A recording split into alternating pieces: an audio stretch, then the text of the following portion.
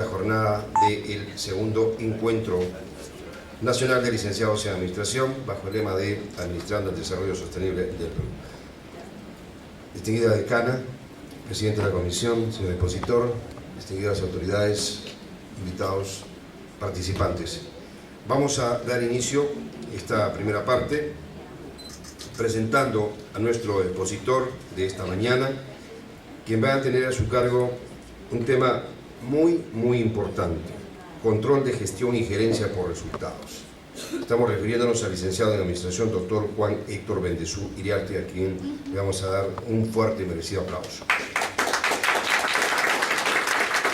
El doctor Juan Héctor Bendezú Iriarte, de profesión licenciado en Administración, tiene el grado de maestro y doctor en la misma especialidad, egresado del segundo programa integral de especialistas en auditoría operacional de la Universidad ESAN, con una prolongada carrera académica y profesional en varias universidades del país, destacándose como docente en el campo de control y auditoría administrativa, ejerciendo su profesión en esta área como inspector del Sistema de Racionalización Administrativa en el Ministerio de Educación y luego como jefe del Departamento de Control Administrativo del Senati.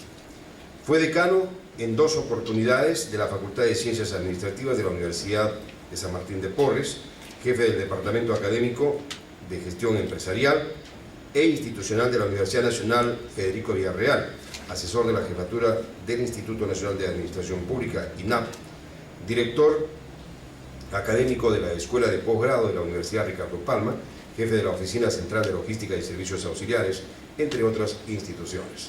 Ejerce la docencia en programas de posgrado, de maestría y doctoral en la Universidad Nacional Federico Villarreal, Universidad Ricardo Palma, Universidad Continental y Nacional del Centro de Huancayo.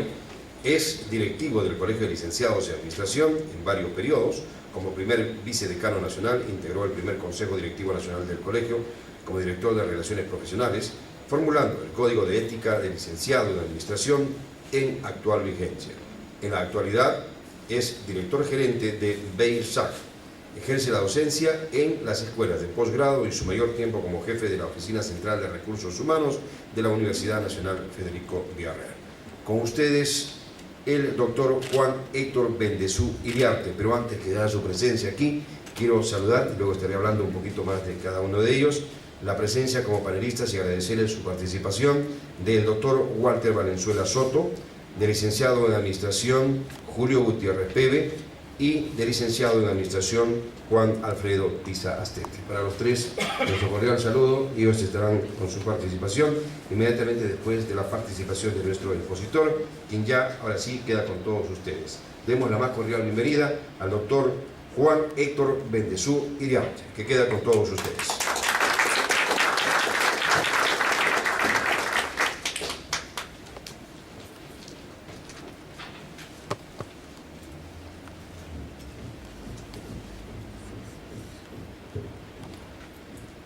Tengan todos ustedes muy buenos días.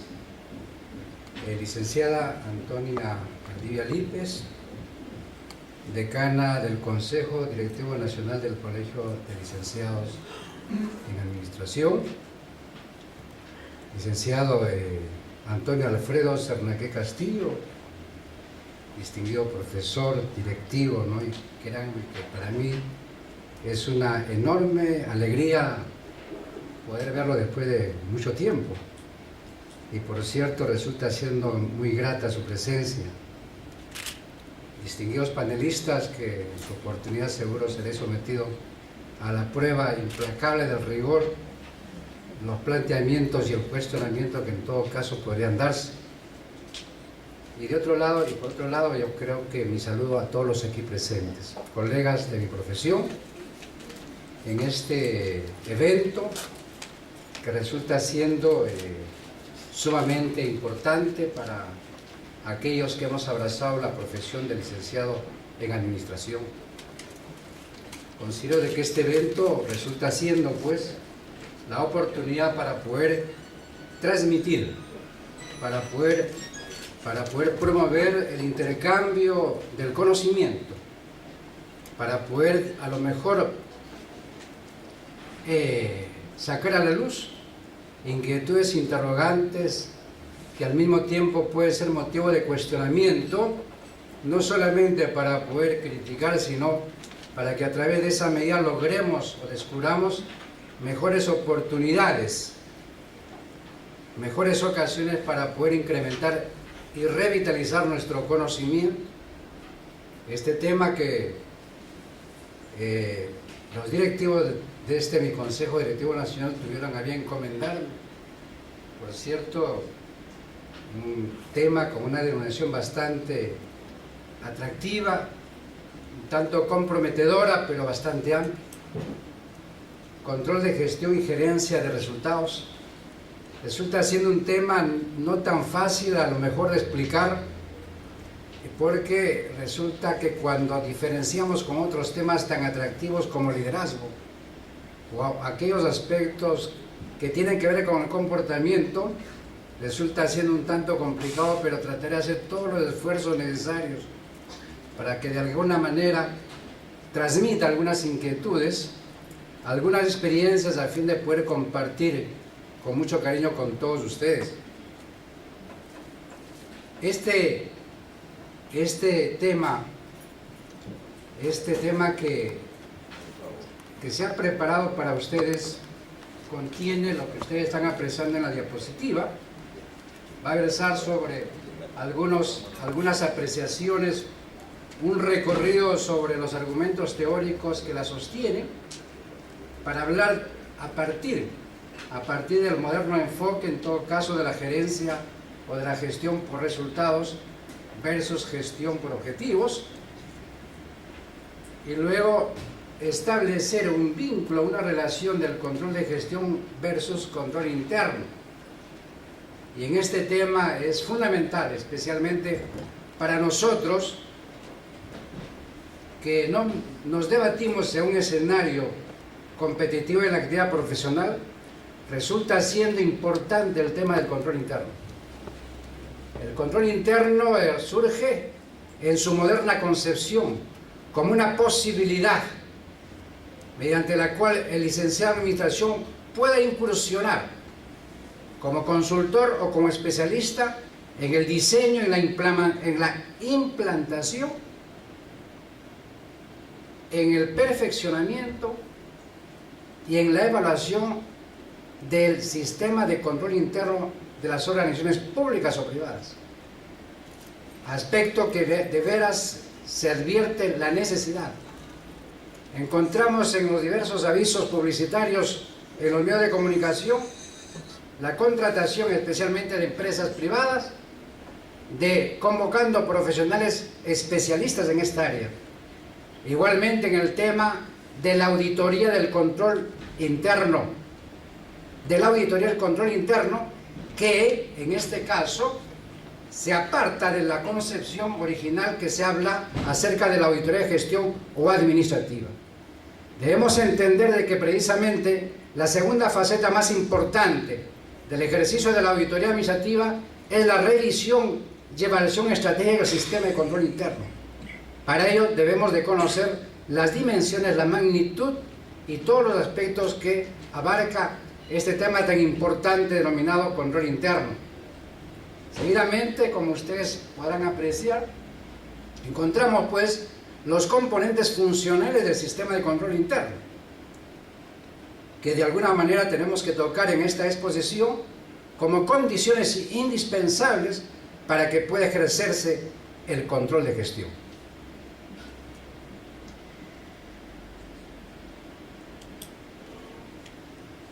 En este apartado de fundamentos conceptuales he querido traer de alguna forma un pretexto, o a lo mejor tratar de hilvanar el desarrollo de esta exposición con los argumentos o con las experiencias que a veces el reino animal nos proporciona. Tenemos, por ejemplo, el caso del águila que como a los 40 años resulta estando en una situación de longevidad, justamente por las características que manifiesta en su configuración, pero que sin embargo, tras un proceso dramático de 5 meses logra restablecerse. Resulta siendo esta pues una lección extraordinaria de gerencia, dándonos los atributos más importantes e impresionantes para lograr materializar los conceptos de reingeniería de procesos, como también los criterios de innovación y desarrollo. Igualmente, en las fábulas de Esopo podemos nosotros encontrar, por ejemplo, algunos argumentos que se describen cuando se habla en la competencia que se produce entre la liebre y la tortuga. Y que, por cierto, en esa competencia, curiosamente, surge el topo para, sobre esa base, de alguna forma también demostrar sus condiciones, y de esa manera encontramos pues mensajes interesantísimos y que son verdaderamente lecciones de gerencia. Y yo me preguntaba y decía, ¿y qué cosa podría ser algo relacionado con el control de gestión? Y ustedes no me dejarán mentir, nadie creo que ha dejado de ver esta película que se ha plasmado en esta arte, en el séptimo arte, ¿no? A través del desarrollo caricaturesco, ¿no? Que los directivos de la Warner nos muestra, ¿no? Especialmente cuando se refiere al correcaminos y al malvado coyote, y que resulta siendo esto un aspecto sumamente interesante, porque en las escuelas de posgrado estos personajes resultan siendo una suerte de paradigmas para poder mostrar, ¿no? un estilo de liderazgo. Y en las encuestas que a veces se lanzan se dicen, ¿ustedes con cuál de los personajes se identifican? Creo que todos hemos visto, ¿no? El Viví, famoso Viví, el correcaminos y este malvado coyote, y ustedes seguro que tienen una respuesta. Pues nadie va a querer experimentar lo que experimenta el malvado coyote, por cierto, ¿verdad? Todo el mundo, la mayoría, y especialmente los latinos, creemos, ¿no? Que más nos gustaría ser, pues, el correcaminos, porque siempre sale airoso, sin mayor dificultad, con una destreza increíble. Pero sin embargo, es importante detenernos en este punto y decir, ¿cuáles son en el fondo las características de este malvado coyote? Si hacemos un análisis y tratamos de separar las consecuencias que experimenta este animalito y más bien todo el desarrollo que efectúa para concretar su propósito, cuál es la de capturar el correcaminos, observamos algunas características muy interesantes. En principio, es un animal. El coyote, desde que amanece, su norte, su estrella, el punto focal está dirigido a un objetivo: cazar al correcaminos. Es decir, sin duda, no tenía otra opción. Jamás lo hemos visto al correcaminos pensando en otra presa. Ni nos imaginamos al personaje mirando hacia otro lugar. Ese puede ser el primer consejo que podemos tener del personaje cuando a veces queremos mezclar diversas ofertas para mejorar nuestra oportunidad sin haber triunfado antes en una. Igualmente observamos en los desarrollos que hace este malvado coyote la característica de ser creativo. El coyote miraba una situación, el clima, la geografía, un acontecimiento, y enseguida imaginaba cómo eso podía convertirse en un recurso para conseguir su fin. Todo era un estímulo y su presa, y todo era un estímulo y lo vinculaba con su hacer. La cantidad de nuevas soluciones para atrapar a su presa son interminables. Sin un amplio registro y capacidad creativa no se podría llegar a eso. Un ejercicio que recuerdo haber realizado con emprendedores para estimular la creatividad fue salir a la calle y comenzar a interpretar cada cosa en torno a nuestros proyectos. Aquella vez descubrimos muchas ideas nuevas. En efecto, en las oportunidades que los estudiantes como emprendedores lo invitamos en alguna incursión, en alguna salida fuera de Lima, y tratamos de estimularlos, invitarlos para que vean, reconozcan todas las posibilidades que se tienen, y en razón de eso conjugar una estrategia, una posibilidad. Una característica muy particular en este malvado coyote, el ser planificado. Qué mejor diagrama, más simple de entender que los diagramas del coyote. Así necesito llegar a explicarle a un cliente o inversionista mi negocio. La simpleza es el camino para la venta de cualquier cosa y ciertamente es una habilidad que se gana con la práctica. En efecto, este animalito traza caminos, busca alternativas, genera estadísticas, efectivamente hace todo un diseño para lograr concretar su cometido. ¿Cómo quisiéramos nosotros contar con gente que verdaderamente se dedique de la manera tan insistente y persistente como hace el coyote? Involucrado, no hay duda, que el compromiso del coyote con sus emprendimientos era a toda prueba. Imagínese un socio así, que se juega el pellejo en cada acción, que pone a la cara, el cuerpo, su reputación, todo en juego. Es decir, necesitamos un coyote, creo, en nuestro equipo. Persistente, otra característica, ¿no? Aun cuando ha tenido fracasos, aun cuando ha tenido aparentes desaciertos, pero sin embargo el coyote continúa, persiste, con esa voluntad férrea e indoblegable. Podemos obtener una serie, digamos, de atributos o características del coyote, y hay un término, la resiliencia.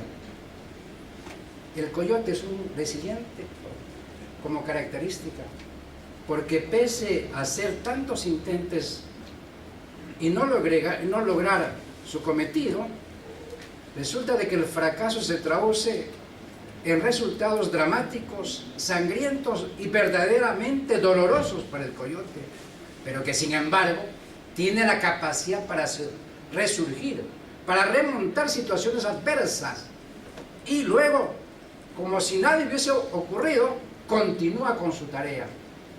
Bueno, estos son atributos propios de este animal y que por cierto son verdaderas lecciones de gerencia. Por ello yo creo que no queda otra alternativa y no hay mayor esfuerzo en decir de que verdaderamente el coyote, apartando de los resultados desastrosos en el que a veces cae, pero encontramos un verdadero gestor, un elemento que pone en práctica todos los medios, los recursos, el instrumento del control de gestión para lograr su cometido. En ese sentido, yo creo que a veces, desde ese punto de vista, para ser emprendedores hay que ser como los coyotes, o en todo caso buscar personas que actúen como el coyote para que sean nuestros verdaderos aliados o nuestros compañeros en la tarea incesante de buscar o descubrir mejores oportunidades de rendimiento y desarrollo. Tal vez un tanto larga mi exposición acerca del coyote, pero creo que es aleccionadora, creo que de alguna forma nos invita a la reflexión, este aspecto que sin duda para mí me invitó, digamos, a la reflexión, y resultó siendo curioso, y a partir, digamos, de estas historietas podemos encontrar pues una serie de interpretaciones. Bien, gerencia por resultados o por objetivos. Cuando hablamos de gerencia por resultados o por objetivos, dado el tema que se nos ha dado, resulta de que su desarrollo es sumamente amplio. Puede obedecer a un enfoque o a un modelo de gestión, pero resulta de que la diferencia se da especialmente con la diferencia de la concepción moderna respecto a la concepción tradicional.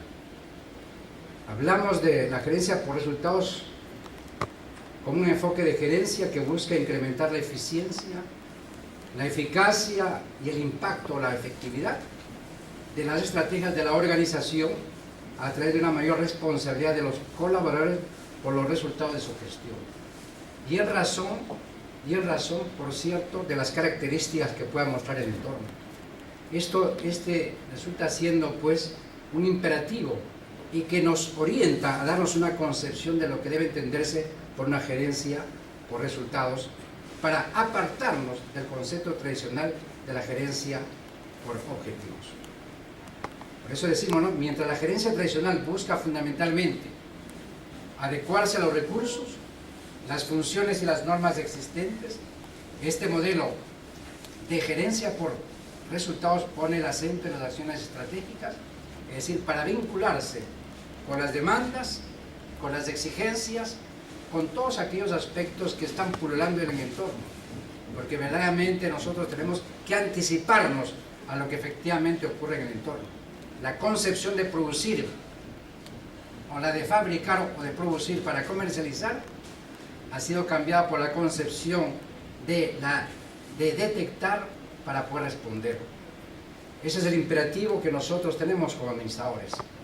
Ya no podemos fiarnos de estadísticas históricas ni de desarrollo del pasado, sino tenemos que desarrollar la capacidad perceptiva para poder responder qué es lo que ocurre en el entorno y de esta manera hacer que las organizaciones puedan subsistir y compartir el escenario que es tremendamente competitivo. Y esto tiene que ver con el nuevo concepto que debe tenerse acerca de la administración o de la gerencia.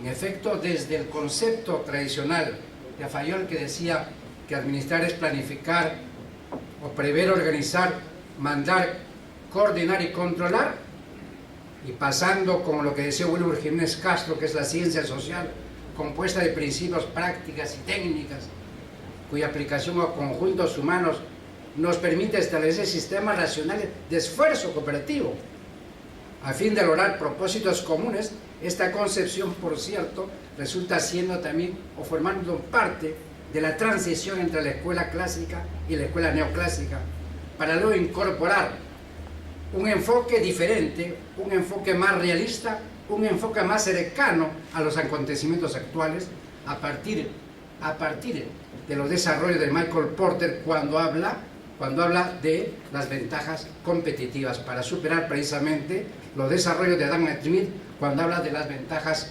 comparativas. Y es ahí donde se incorpora el concepto de competitividad.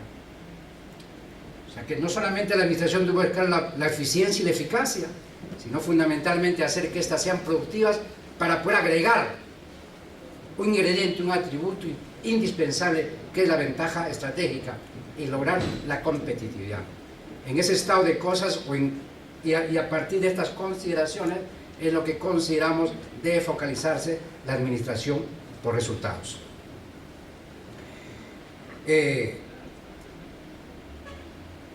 Y hablando de ello, no podemos apartarnos del moderno enfoque del proceso.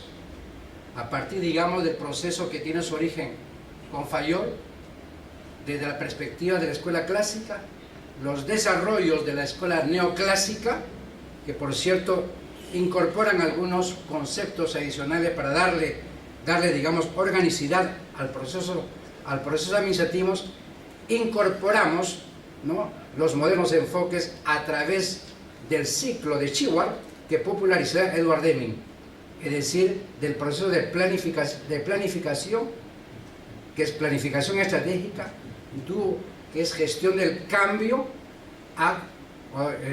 check, verificar o control, y act, que es liderazgo o actuar.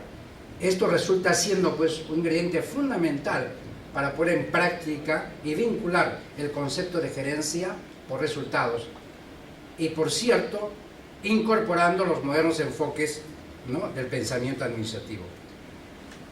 Y este tercer componente check, que es verificar, es lo que resulta siendo el elemento básico para entender las dimensiones del control.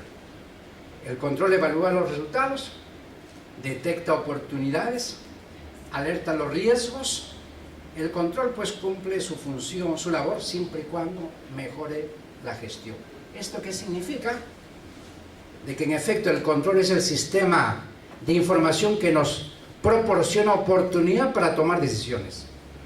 El control pues es el mecanismo que a manera de alerta nos proporciona el momento oportuno para la acción. Y en ese sentido es un mecanismo, es una función que se proyecta. Es un mecanismo que a través de ese desarrollo resulta siendo un verdadero catalizador para impulsar la mejora continua. Y en ese sentido debe entenderse el control. El control es innovador. El control debe ser un sistema de realimentación permanente y debe ser un mecanismo que sustenta y regula los procesos de transformación y modernización. Aspecto importante, ¿por qué? Porque nadie me dejará mentir, resulta que el control a nadie nos gusta. El control es una mala palabra. Mamá, ya me estás controlando, por no decir otra cosa, ¿no? Desde ahí ya resulta siendo un término nocivo, que tiene una connotación negativa. El control profesionalmente es un término importante, imprescindible, necesario. Y por cierto, si es así, tenemos que saber interpretarlo en su verdadera dimensión. Por eso decimos que es control. Podemos decir que es una función, podemos decir que es un proceso, podemos decir que es una actividad. Lo importante es que el control es un sistema de información que detecta oportunidades, que genera posibilidades para poder crecer. Independientemente de la definición que se dice, que es la función que nos permite comparar resultados frente a objetivos, lo que debe entenderse es de que ese mecanismo tiene un propósito que en el fondo se constituye en un verdadero catalizador. Y eso se traduce en una información de desvíos. ¿Qué controlamos? Pues controlamos un objeto de control. Todo aquello que es susceptible de mejorarse, de perfeccionarse. Todo atributo, condición o característica que permite el desarrollo de actividades propiciando el logro de los objetivos de una organización es un objeto de control. Consecuentemente, todo aquello que es susceptible de mejorarse, de perfeccionarse, resulta siendo objeto de control. Este recinto es un atributo, es una condición, es una característica, permite el desarrollo de las actividades que se están dando en este momento. Y de otro lado, al permitir, puede ser objeto de ser mejorado, perfeccionado, por supuesto que sí. Claro que en este momento es inmejorable, porque estamos en un verdadero recinto, muy cómodo, que permite dialogar y conversar con ustedes. Sin embargo, a lo mejor dentro de un año, 2 años, resulta siendo este recinto con mejores condiciones para poder desarrollar cualquier actividad que pretendamos hacer mediante él. Por lo tanto, esto resulta siendo pues el que controlamos, el objeto de control. ¿Para qué controlamos? Para crecer, para avanzar, para no incurrir, para enfrentarnos a los riesgos, porque los riesgos no se eliminan, los riesgos se mitigan, se disminuyen. Nosotros nos movilizamos en un escenario tremendamente competitivo, en un escenario en el que cada día que amanecemos surgen nuevas oportunidades, nuevas posibilidades, nuevas ilusiones, pero también nuevos peligros, nuevos retos, nuevas situaciones adversas. Para evitar, para mitigar, es necesario el control.